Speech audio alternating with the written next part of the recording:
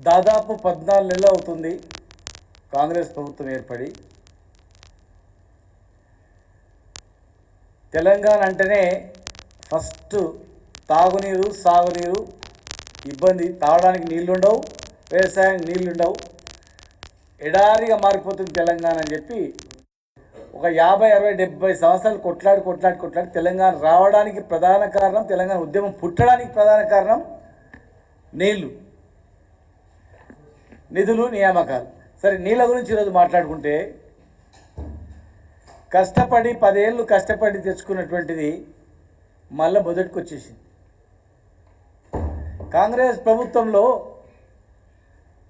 విమర్శలు, కొట్లాటలు, కులం పంచాయతీలు, నీళ్ళ పంచాయతీలు పెట్టుకొని పబ్బం కట్టుకోవడం తప్ప పని మీద ధ్యాసనే లేదు వాళ్ళకి.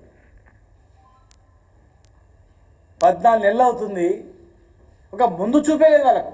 ముందు చూపు లేని ప్రభుత్వం.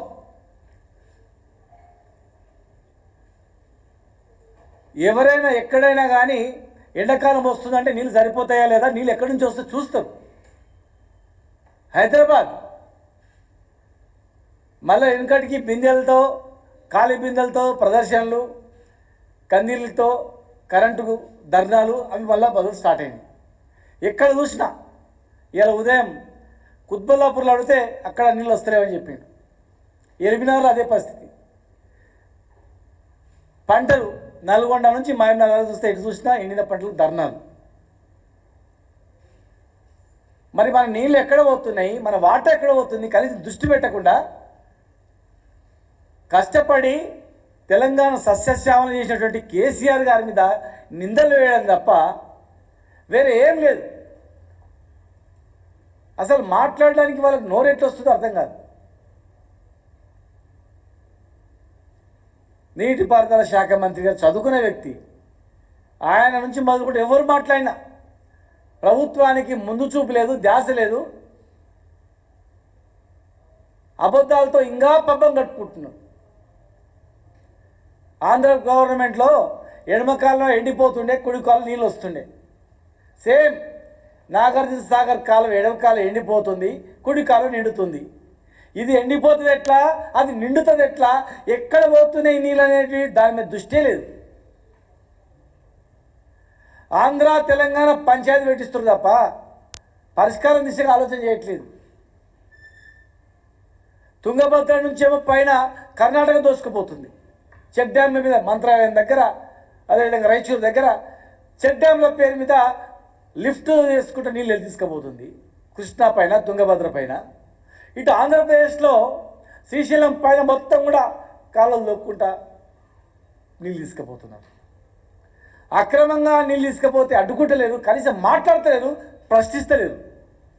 పైగా ఏం మాట్లాడుతున్నారంటే మేమేదో గొప్ప చేసినాం, తెలంగాణను సస్యశ్యామలం చేసినాం.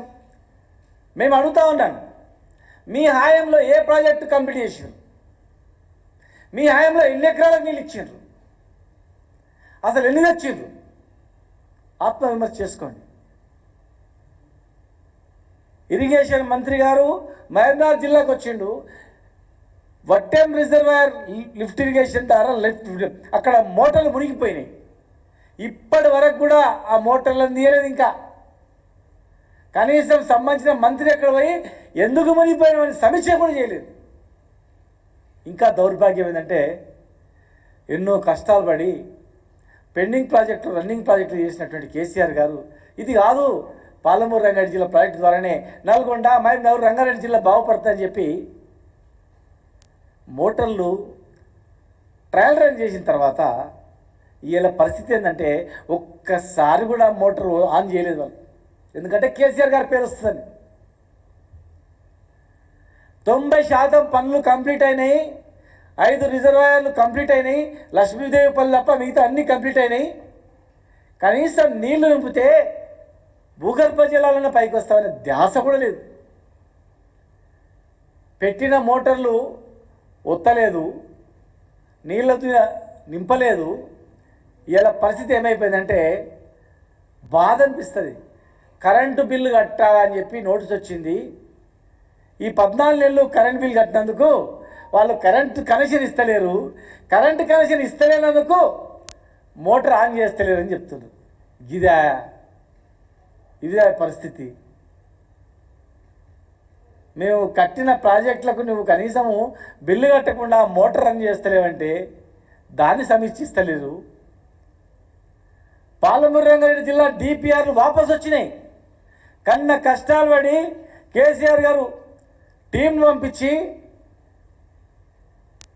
పర్యావరణ అనుమతులు తుది దశకు వచ్చిన సందర్భంలో మంత్రిత్వ శాఖ మళ్ళా ఎవరి ప్రోద్బలం వల్ల ఈ 14 నెలల్లో వాపసు వచ్చింది. మా ఆయంలో అప్రూవ్ అవుతుంది ఎట్లా? నామమాత్రంగా మినిస్టర్ దగ్గరకు అప్రూవల్ అయ్యేది వాపసు వచ్చింది ఎట్లా? దాని మీద దృష్టి పెట్టారా? ఇలా కేంద్రంలో ఎవరు నడుస్తుంది, ఎవరంటని చెప్పారు? మీరు ఏనాడైనా ప్రధానమంత్రిని కలిసిండ్రా? మంత్రిని కలిసిండ్రా? కనీసం వాపసు వచ్చిన తర్వాత ఈ డిపిఆర్లు రీసబ్మిట్ చేసిండ్రా? మళ్ళీ మొదటికి వచ్చింది. కష్టాలు పడి ఫైనల్కి వచ్చిన పని మళ్ళీ డిపిఆర్లు సబ్మిట్ చేసే వరకు వచ్చింది. మా ఆయంలో 10 లక్షల ఎకరాలకు మహబూబ్నగర్ జిల్లాలో నీళ్ళు ఇచ్చినాం. మరి 14 నెలల్లో 1 ఎకరానన్నా మీరు పెంచినరా? 1 ఎకరానన్నా? 93 లక్షల కోట్ల విలువైనటువంటి కాళేశ్వరం ప్రాజెక్టు మీద పచ్చి అబద్ధాలు మాట్లాడి 1,00,000 కోట్ల కుంభకోణమని. అంటే 1,00,000 కోట్లు లక్ష తిందామని చెప్తున్నారు కదా. మరి 20 లక్షల ఎకరాలకు నీళ్ళు వచ్చినాయి. ఎట్లా వచ్చినాయి? ఎన్ని అబద్ధాలు చెప్తున్నారు? 93,000 ఎకరాలకు నీళ్ళు వచ్చినాయని చెప్తున్నారు కాళేశ్వరం ద్వారా.